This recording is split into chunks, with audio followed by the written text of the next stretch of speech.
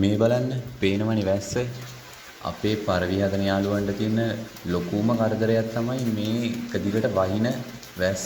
මේකට ඉතින් අමුතුවෙන් කියන්න ඕනේ නෑනේ. මෙහෙම වහිනවා කියන්නේ අපේ කූඩු ගන්න දෙයක් නෑ. විනාශම් වෙලා යනවා අපේ ගොඩක් යාළුවන්ගේ කූඩු. ඉතින් මම කියන්න හිතුවා අපි කොහොමද මේ වගේ දෙයකට මුහුණ දෙන්නේ කියලා.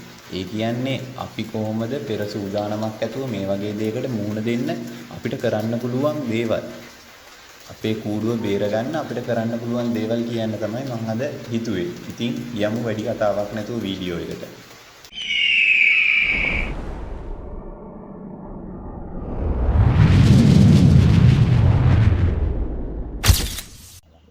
ඉතින් මේ වීඩියෝ එක බලන යාළුවන්ගෙන් මම පුංචි ඉල්ලීමක් කරනවා. channel එක subscribe කරලා නැත්නම් subscribe කරන්න කියලා. ඉතින් යාළුවනේ මේකයි කතාව. ඔයාලා ඉතින් දන්නවනේ මේ වගේ එක දිගට වහිනවා කියන්නේ ලෙඩ රෝග වලින් කූඩුවේ අඩුවක් නැති වෙනවා. ඒ කියන්නේ එක එක ලෙඩ එනවා. ගොඩාක් වෙලාවට අපිට ඉස්සල්ලාම එන රෝගයක් තමයි පරවියන්ට සෙම රෝගේ. ඉතින් මේ සෙම රෝගේ ආවා කියන්නේ යාළුවනේ ටික දවසක් යද්දි සෙම රෝගේ අපිට හොඳ කරගන්න බැරි වුණොත් ඒ සෙම රෝගේ ඇස් ලෙඩට එනවා. එක්කෝ බෙල්ල ලෙඩට යනවා. නැත්තම් කටු ලෙඩකට යනවා. ඔය කියන මේ ලෙඩවල් වලින් මොකක් හරි අන්තිමට මේ සෙම රෝගේ හින්දා තමයි හැදෙන්නේ. ඉස්සල්ලාම ඉන්නේ සෙම රෝගේ අන්තිමට ඉවර වෙන්නේ තව එකකින්. ඉතින් ওই වගේ ලෙඩ ටික ආවා කියන්නේ ඔයා දන්නවනේ කූඩුව එක සතෙක්ට හැදුනා දෙන්නෙක්ට හැදුනා ඊට පස්සේ තනිකර කූඩුවටම බෝ වෙනවා. ඉතින් මේව බෝ වුණා කියන්නේ ඉතින් දන්නවනේ කූඩුව විනාශම වෙලා යනවා යාළුවනේ. ඉතින් අපි කොහොමද මේ වගේ දෙයකට මුහුණ දෙන්නේ? ඒ කියන්නේ අපි මේ වගේ වැසි කාලෙට එක දිගට වහිනවා සීතල වැසි කාලයකට අපි අපේ පරයි කූඩුව කොහොමද ආරක්ෂා කරගන්නේ? මම කියන්න හිතුවා මම කරන දේවල් කිහිපයක්. ඒ කියන්නේ මම කොහොමද කූඩුව සාමාන්‍යයෙන් ආරක්ෂා කරගන්න විධි ක්‍රම ටිකක් තමයි මම දැන් මේ ඔයාලට කියන්න යන්නේ. ඉතින් යාළුවනේ මෙහෙමයි. අපි පරවියන්ට ලෙඩක් එන්න කලින් ලෙඩේට සූදානම් වුණාම යාළුවනේ අපිට ගොඩාක්ම ලේසි. මොකද පරවියෙක් ගැඟට ලෙඩේ ආවට පස්සේ තමයි අපිට හොඳ කරගන්න අමාරු.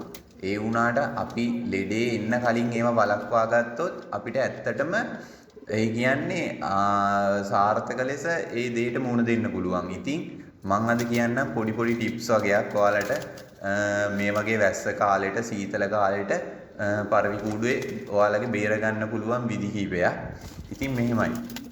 ඔයාලා හිතන්නකෝ දැන් වැස්ස කාලේ පටන් ගත්තා. ඒ කියන්නේ දැන් මේ ඇත්තම කියනවනම් මම දැන් මේ වීඩියෝ එකට වොයිස් දෙනකොටත් මේ මම ඉන්න පැත්තට නම් හොඳටම වහිනවා. විදුලි කොට දැන් මේ වෙලාවෙත් වහිනවා. ඉතින් ඔයාලාගේ පැතිවලත් මේ කාලේ අනිවාර්යයෙන්ම වහිනවා කියලා මම දන්නවා. ගොඩාක් පැතිවල මේ කාලේ වහිනවා. ඉතින් ඒක හින්දා අපේ තියෙන කූඩු අනිවාර්යයෙන්ම මේ කාලේට ආරක්ෂා කරගන්න ඕනේ. ඉතින් ආරක්ෂා කරගන්න ඕනේ නිසා මම මේ කරන දේවල් ඔයාලත් කරලා බලන්න අනිවාර්යයෙන්ම කූඩුවේ යම්කිසි වෙනසක් තියෙනවා. ඒ කියන්නේ ඔයාලා වෙනදට මුකුත් කරන්නේ නැතුව ඉන්නවනම් මේ දේවල් කරලා බලන්නකෝ. අනිවාර්යයෙන්ම පරයි සාමාන්‍යයෙන් හොඳ මේ සෞඛ්‍ය මේ තත්වයකට ඔයාලට ගන්න පුළුවන්. ඉතින් මෙහෙමයි. ඔයාලා හිතන්නකෝ ඔයාලේ කූඩුවේ දැන් තියෙනවා නම් කූඩුව හොඳට වහන්න යාළුවනේ. කියන්නේ පින්න එහෙම එන්නේ නැති වෙන්න කූඩුව ඇතුළට හැමදේම වහන්න. දැන් මම අර වීඩියෝ එකේ අර කූඩුව ඇරලා තිබ්බට මම මේ කූඩුව වහනවා සම්පූර්ණයෙන්ම ඇතුළෙනුත්. මොකද මේ මට ඔයාලට අර වීඩියෝ එක ගන්න ඕනින්ද තමයි පරයි කූඩුව තියෙනවා කියලා අර එතන මේ මම මේක පෙන්නලා තියෙන්නේ නැත්තම් ඒක ඇතුළෙනුත් වෙනමත් මම වහනවා. එතකොට ඔයාලගේ කූඩුව සම්පූර්ණයෙන්ම ඇතුළේ තෙමෙන්නේ නැති වෙන්න. එතකොට වටේ තියෙන දැල් වලින් එහෙම හුලං පාර එතකොට පින්න ඇතුළට යන්නේ නැති වෙන්න සම්පූර්ණයෙන්ම කූඩේ වහලා තියන්න. අනිවාර්යෙන් මේක කරන්න. එතකොට තව දෙයක් තමයි යාළුවනේ ඔයාලට පුළුවන් නම් ඔය බල්බ් එකක් කූඩුව ඇතුලේ ඒ කියන්නේ ඔයාලා මං කියන්නේ LED බල්බ් නෙමෙයි අර සාමාන්‍යයෙන් ඔයාලා දැකලා තියෙනවනේ අර කහ පාට එළියක් තියෙන අර වොට් 100 වොට් 80 එහෙම බල්බ් එකක් තියෙන වොට් 50 වොට් 40 වගේ එන අන්න ඒ කහ පාට බල්බ් එකක් යාළුවනේ කූඩුවේ දාන්න. මොකද ඔය මම ඔයාලට උදාහරණයක් කිව්වොත් අර බිත්තර රක්කන මැෂින් වල තියෙන අර බල්බ් එක වල දැකලා තියෙනවනේ අර කහපාට බල්බ් එක අර පරණ බල්බ් එක අන්න ඒ බල්බ් එක කූඩුවේ එල්ලන්නේ ඒ බල්බ් එකට හොඳට රස්නේ තියෙනවා යාළුවනේ. ඒක දැම්මම හොඳ රස්නයක් එනවා.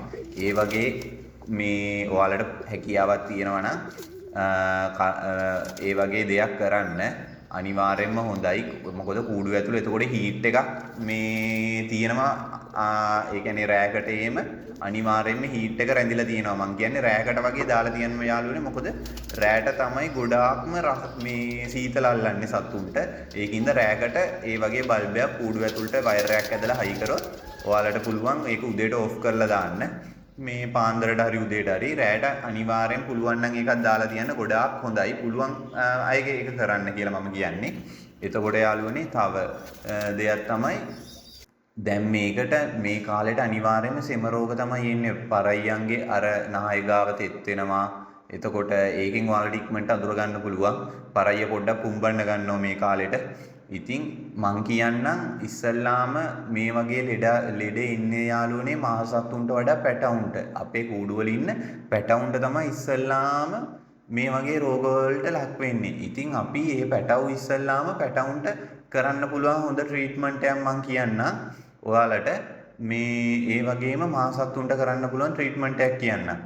අපිට පැටවුන්ට කරන්න පුළුවන් යාළුවනේ මෙන්න මේ විදියට මේ සුදුලූණු බිකි අරගෙන හොඳට මේ කියන්නේ බඩේ පොත්ත සුද්ධ කරලා මෙන්න මේ විදියට කපා ගන්න යාළුවනේ. මේ මෙන්න මේ සයිස් එකෙන් මේ විදියට කපා ගන්න ඔයාලා ඒ සුදුලූණු කපාගෙන මේ මම ඔයාලට පෙන්නන්නම් ඒක කරන විදිය.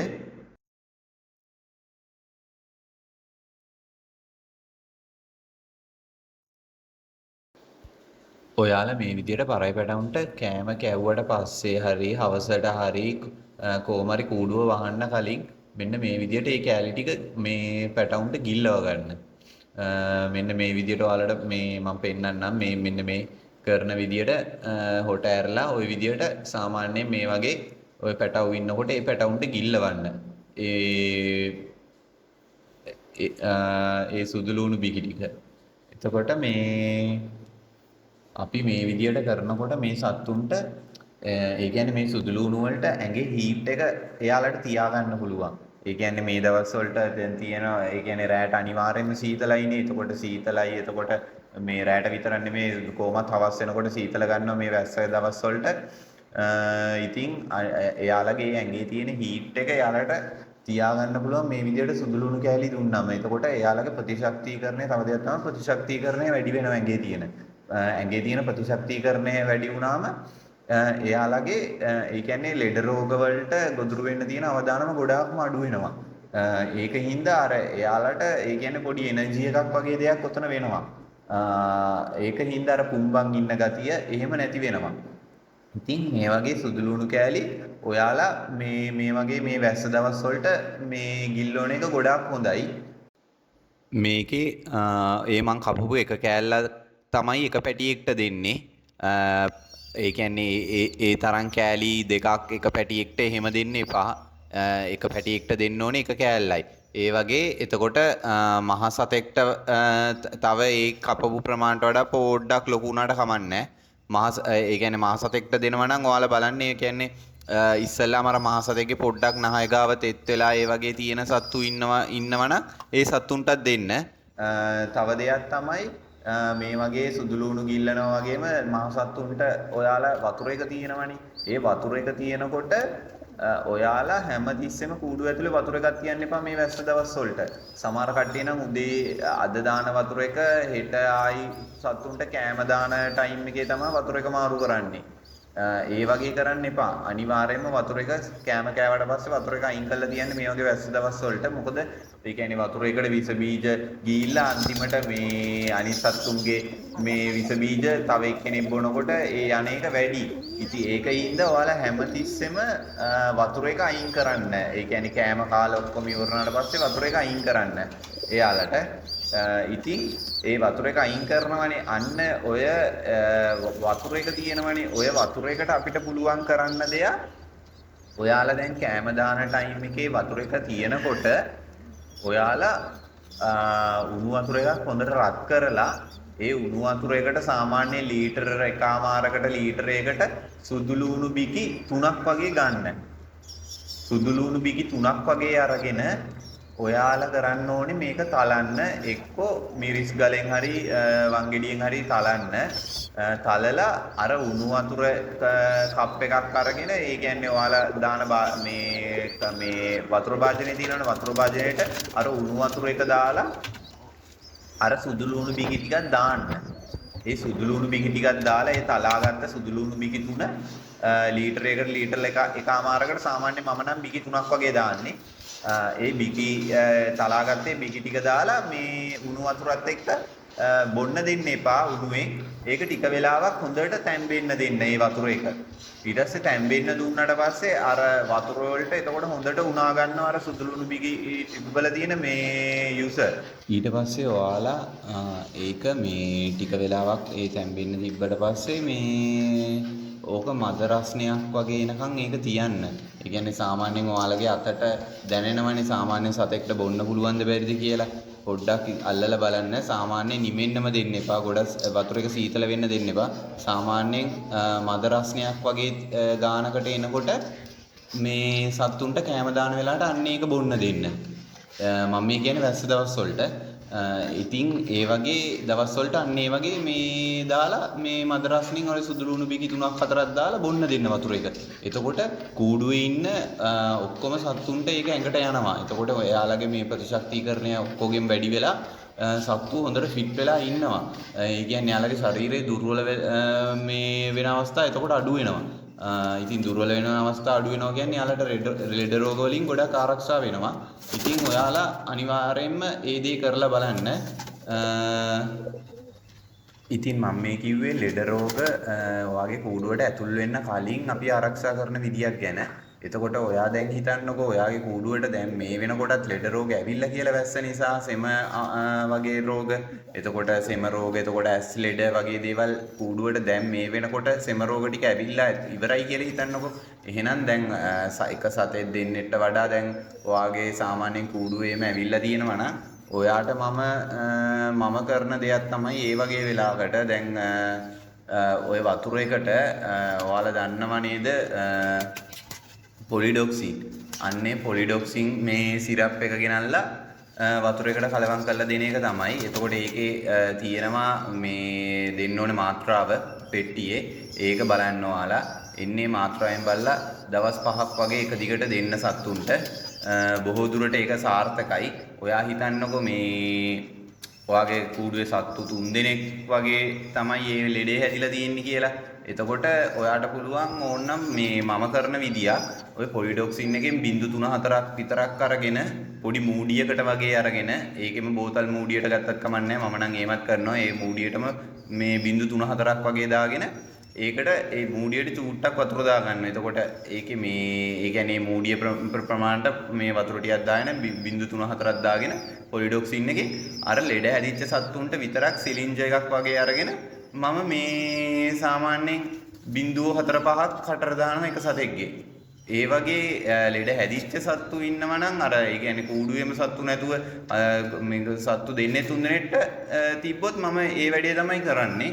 එතකොට ඒ මං කියන්නේ සාමාන්‍ය ලෙඩ සෙම රෝගේ ඇවිල්ලා ඉවරුණාට පස්සේ ඉතින් ඒ වගේ දෙයක් කරලා මම ඉක්මනට නවත්ත ගන්න බලනවා දවස් 3-4න් රෝගේ. ඒ වගේ දෙයකින් ඔයාලා කරලා බලන්න. මම නම් හිතන්නේ පොලිඩොක්සින් එක සාර්ථකයි කියලා බොහෝ දුරට. ඉතින් ඒක කරන්න. මොකද එතනින්ම අපිට නවත්ත ගත්තොත් ගොඩක් අය මේ ඇස් ලෙඩට ඊට පස්සේ බෙල් ලෙඩේ වගේ දේවල් වලට යන්නේ නැතුව උතනින් නවත්ත ගන්න පුළුවන්. සමහර අය හිතනවා මේ ඇස් ලෙඩට වෙනම බෙහෙත් කරනවා මේ කියන්නේ යාලා හිතන්නේ ඇස් ලෙඩ කියන්නේ වෙනම ලෙඩක් කියලා. ඇස් ලෙඩ කියන්නේ ඇත්තටම සෙම වැඩි වෙලා බොහෝ දුරට සෙම හින්දාම එන ලෙඩක් තමයි ඇස් ලෙඩ කියන්නේ. ඔයා කරලා බලන්න මේ ඔයා ඔය ඇස් ලෙඩ තියෙන සත්තුන්ට සෙමට බෙහෙත් කරන්න. අනිවාර්යයෙන්ම ඇස් ලෙඩ තියෙන සත්තුන්ට කොච්චර මේ සමහර කට්ටිය නම් මේ අයි ඩ්‍රොප් එක විතරක් දානවා. එතකොට අයි ඩ්‍රොප් දානවා. එතකොට මේ ඇස් ලෙඩට ඔය වෙනම ඇස් වලට සමහර කට්ටිය කරනවා ටෙක්සසයික්ලින් කරලා අරන් ඇහැ වටේ ගහනවා. ඒ වගේ දේවල් කරන්න එපා බොරු වැඩක්. ඒ කියන්නේ ඒ දේ කරා කියලා ඔයාගේ ඇස් ලෙඩ හොඳ වෙන්නේ නැහැ. ඒක මේ අපි සතාගේ ඇඟ ඇතුළට බෙහෙත් දෙන්න ඕනේ ඇස් ලෙඩේ හොඳ වෙන්නේ. ඒ කියන්නේ ඕක සෙමක් වගේ දෙයක් තමයි තියෙන්නේ ඇඟ ඇතුලේ. අපි සෙම හොඳ කරගත්තොත් පුළුවන්. ඔයා ඔය පොලිඩොක්සින් වගේ එකක් ගෙනල්ලා සතාගේ ඇඟ ඇතුළට දවස් 3ක් වගේ දෙන්න බෙහෙත. මේ එතකොට නිකම්ම මේ ඇස් ලෙඩේ අඩු වෙලා යනවා. මේ ඔය ඒ වගේ ඇස් ලෙඩක් ආවම සත්තුන්ට බෙල්ල ලෙඩේ ආවම මේ සත්තු අර අනිත් සත්තු එක්කම එකට තියන්න එපා. ඔයා අනිවාර්යයෙන්ම වෙන පොඩි කූඩුවකට ඒ සත්තුන්ව වෙන් කරලා තියන්න. මොකද ඒ සත්තු කන බොන අනිත් සත්තුත් එක්ක කන බොන එතකොට එයාලගේ ජරාව අනිත් සත්තුන්ට පෑගුණාම අනිවාර්යයෙන්ම මුළු කූඩුවටම රෝගේ පැතිරෙනවා.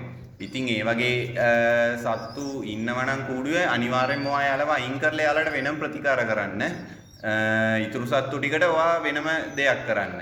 මේ මොකද දෙගොල්ලොටම එකට දාගෙන බෙහෙත් තියෙනවා කියලා එකට දාගෙන බෙහෙත් කරන්න යන්න එපා. මුළු කූඩුවම ඔයාගේ විනාශ වෙලා යනවා. ඒකින්ද මේ ලෙඩ රෝග සත්තු 3-4 දෙනෙක් ඉන්නවනම් ඇස් ලෙඩ වගේ තියෙනවා නම් එතකොට බෙල්ල ලෙඩ වගේ තියෙනවනම් අනිවාර්යයෙන්ම කූඩුවෙන් අයින් කරන්නේ සත්තුන්ව.